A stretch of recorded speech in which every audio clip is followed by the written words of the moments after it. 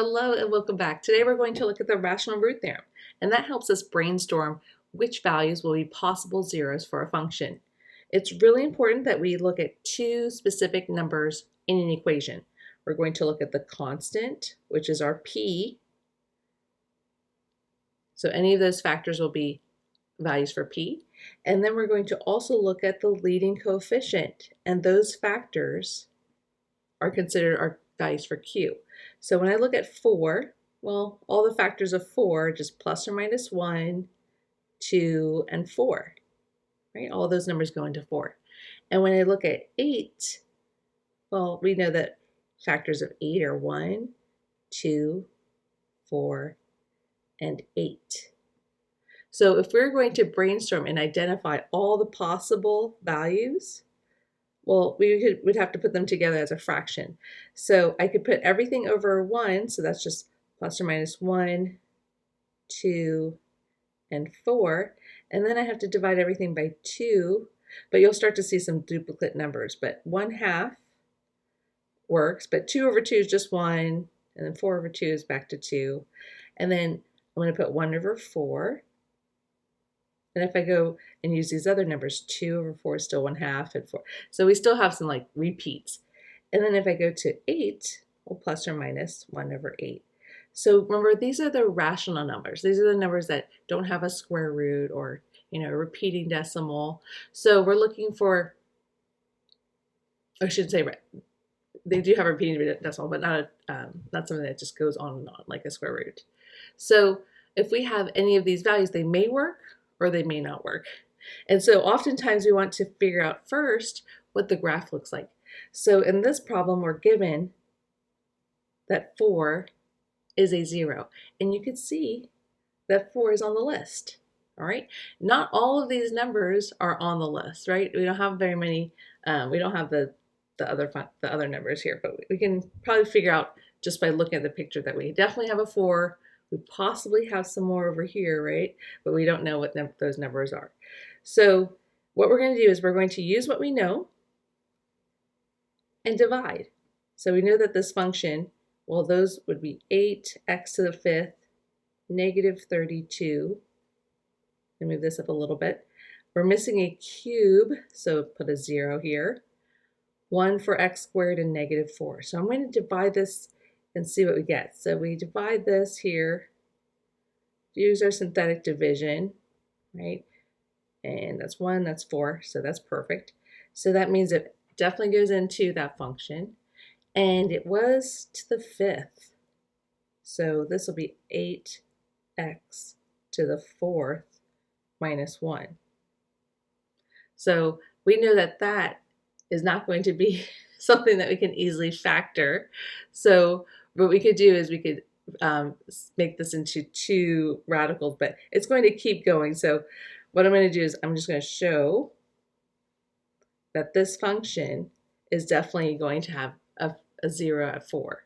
So we don't need to substitute or anything else, but because we can't factor, I'm going to move this over here. Because we couldn't factor this anymore, I'm just going to write the function p of x as x minus 4, because we knew that was a 0, and then our quotient. And that's as far as we can get because we don't have any other rational zeros. Now for this word problem. We're given that the volume of the box is given with the equation here, and we want to figure out when it will have a volume of 154 cubic feet. So we can set that equation equal to 154. So 2x cubed minus 7x squared plus 6 times x equals 154. And we just set that equal to 0. So I'm going to subtract 154 from both sides so that we'll have this equation equal to 0. All right, so with the p over q, with that rational zero theorem, we're going to brainstorm some of the zeros. And that's a lot of zeros. So that's a possible factors of 154 over 2. So over 1 and then over 2. So what I'm going to do is I'm going to actually graph this. And I definitely recommend that you graph your functions to try to find some of the real zeros. So here we have the zero is 5.5. You may have to move the graph around to see it, but we're able to find one of them is 5.5. So we know the answer is going to be 5.5.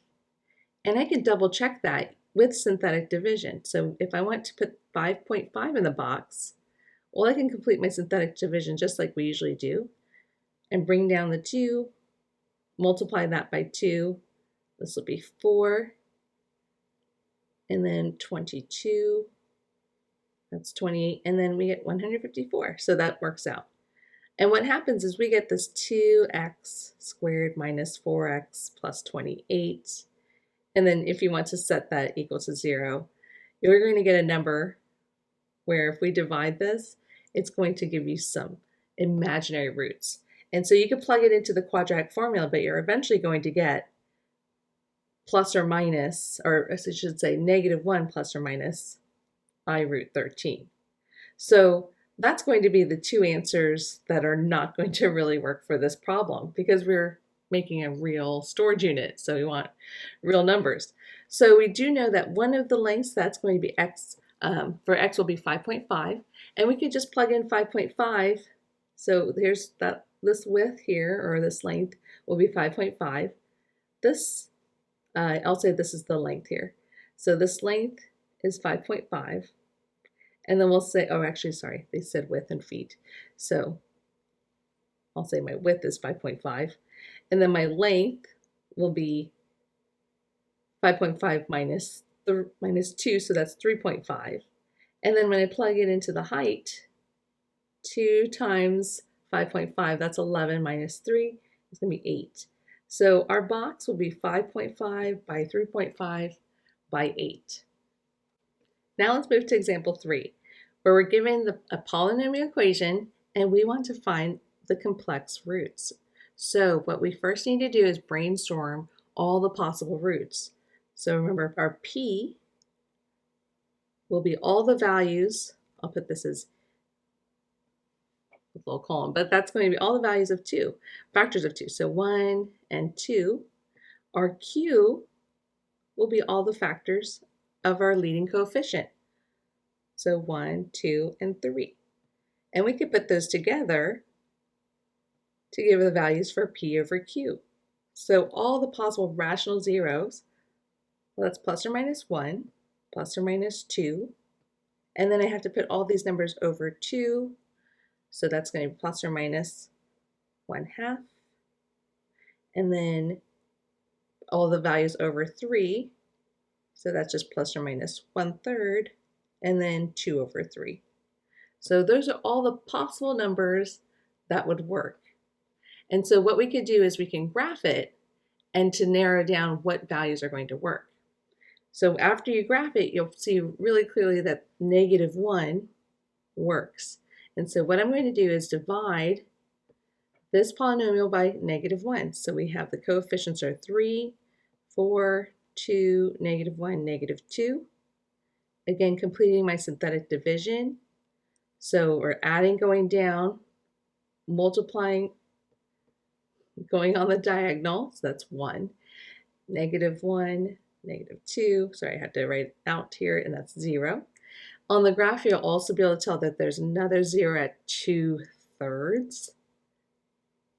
So I'm going to complete the synthetic division. Remember, we can continue it on the same train here, on the same, so we don't have to duplicate it. So 3, and then 3 times 2/3, well, that's just 2, 3, 2, 3, and then 2. So we're going to have the 4th degree. We took 2 zeros away. We factor out the x plus 1, or x equals -1, and we factor out the x equals 2/3. And now we're left with 3x squared plus 3x plus 3. And we can set that equal to 0, divide everything by 3, and then put it in the quadratic formula. So when we plug it into the quadratic formula, you should get -1 plus or minus I root 3 over 2. And then remember, we had these 2 other zeros here. So we'll put 2/3 and -1. So it's a 4th degree polynomial, and it's going to have the 4 roots. 2 are imaginary, 2 are real and rational. Okay, So we've been talking about the fundamental theorem, and this is really telling us that if a polynomial has a degree of 4, there's going to be 4 solutions. So that is the fundamental theorem of algebra, and we want to make sure that it also relates to the multiplicity. So remember, we can have double roots, we can have triple roots, we can have quadruple roots. Okay, so it still has 4 solutions, but it only has one distinct solution. When we write an equation for a polynomial, we have to first think of how many roots there's going to be. So if this one is asking for a quadratic, remember we're going to be looking for 2 roots. So it's something that's squared. So we're given that one of the roots is 2 minus 5i. And remember we said that those imaginary roots, those roots come in pairs. So the conjugate, 2 plus 5i, is also a root. So if we know that those 2 are roots, we're kind of working backwards. We can set this equal to 0, so I'm going to subtract 2 and add 5i. So this is a factor. And if I complete that with the second root, so x minus 2 minus 5i, that's also a factor. So if we're going to write an equation, well, it's just going to be those 2 factors. So plus 5i, and then x minus 2 minus 5i.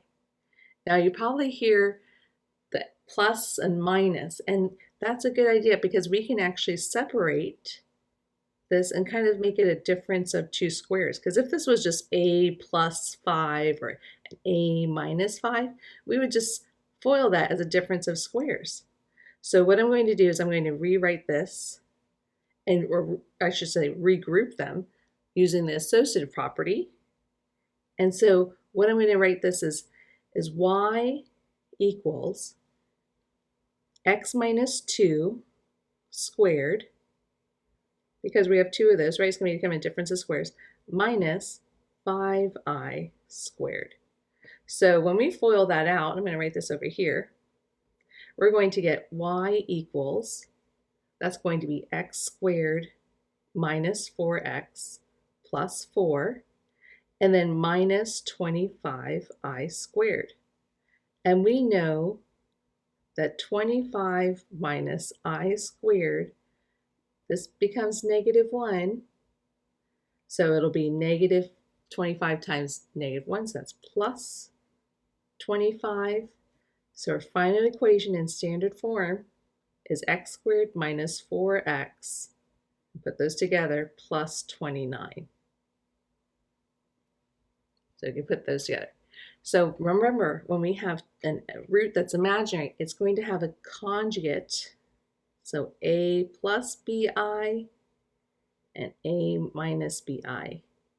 Those are going to be 2 roots for that quadratic equation, meaning that quadratic function never touches the x-axis. All right, let's look at this last one. So here we're going to look at a polynomial function q. All right, so we'll say q of x. That's going to be our equation. But we want to have 4 roots, and here we're given 2 of them. But remember, we're going to have pairs. So one of the roots is 3 minus root 7. Another root is 3 plus root 7. Remember, we're thinking of those conjugate pairs, a plus bi, a minus b, right? And then we're going to have 4i as a root. So we know that negative 4i is also a root. Now let me rewrite them so they all equal 0. So that's minus 3 minus root 7 minus 4i, and then x plus 4i. And we can put them together. I'm just going to write a y here. So q of x just for room. So we have x minus 3 plus root 7, x minus 3 minus root 7, x minus 4i, x plus 4i. So what we can do, we can definitely FOIL this, and using that shortcut of the grouping, well, I'm going to put these 2 together here, right? So this will be, let me put these, so it's x minus 3 squared, and then negative 7 squared, because it becomes a difference of 2 squares. And then for here, we're going to get x squared minus 4i squared. I'm going to use brackets here, just to make sure you can see that there's 2 different groups here. So let's just simplify this. So we get x squared minus 6x plus 9 minus 7, because squaring this just gives you 7. And then x squared minus 16i squared.